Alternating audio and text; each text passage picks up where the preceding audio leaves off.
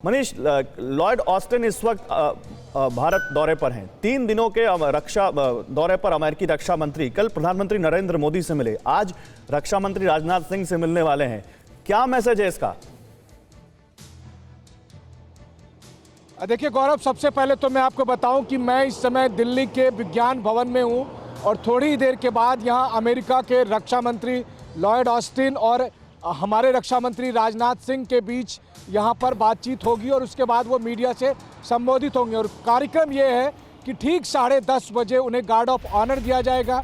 11 बजे से दोनों रक्षा मंत्रियों के बीच बातचीत शुरू होगी जो लगभग 1 या 1.5 घंटे तक चलने वाली है। इस समय फिलहाल अमेरिका के रक्षा मंत्री नेशनल वॉर मेमोरियल पर अपनी श्रद्धांजलि अर्पित करने के बाद तब विज्ञान भवन पहुंचेंगे। तो विज्ञान भवन में इस तरह तैयारियां भी हो रही है उनके गार्ड ऑफ ऑनर को देने के लिए और कुछ ही देर में वो दोनों यहां पहुंचने वाले हैं।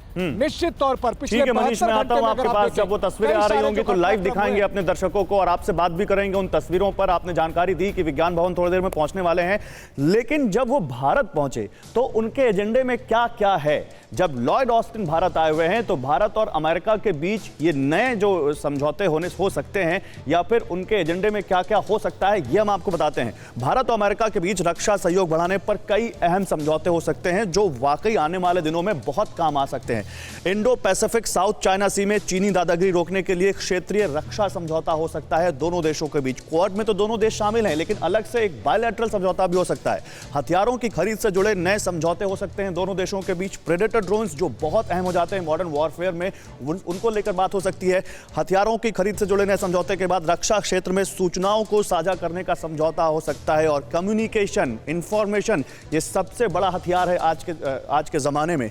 इसके अलावा क्या हो सकता है? अफगानिस्तान में शांति प्रक्रिया को आगे बढ़ाने पर बात हो सकती है क्योंकि भारत भी उसमें शामिल हो चुका है। इसके बाद रूस से S-400 एयर डिफेंस सिस्टम जो खरीदने को लेकर अमेरिका अपनी आपत्ति जताता रहा है, भारत ने उस आपत्ति के बावजूद इस समझौते को आगे बढ़ाया है, उसको लेकर भी बातचीत हो सकती है। भारत अपना पक्ष रख सकता है अमेरिका के सामने क्योंकि बहुत अहम है आज के हिसाब से वो एंटी मिसाइल डिफेंस सिस्टम। चलिए, अब लॉयड ऑस्टिन का दौरा अहम क्यों है ये जानिए।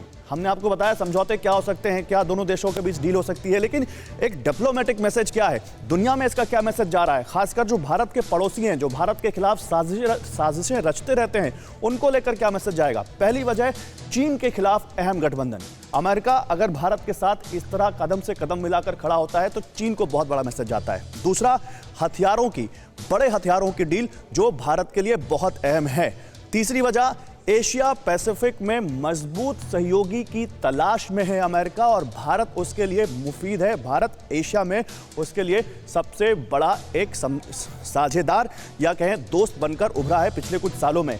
परवाह देश की, सोमवार से शुक्रवार रात 10 बजे TV9 भारतवर्ष पर।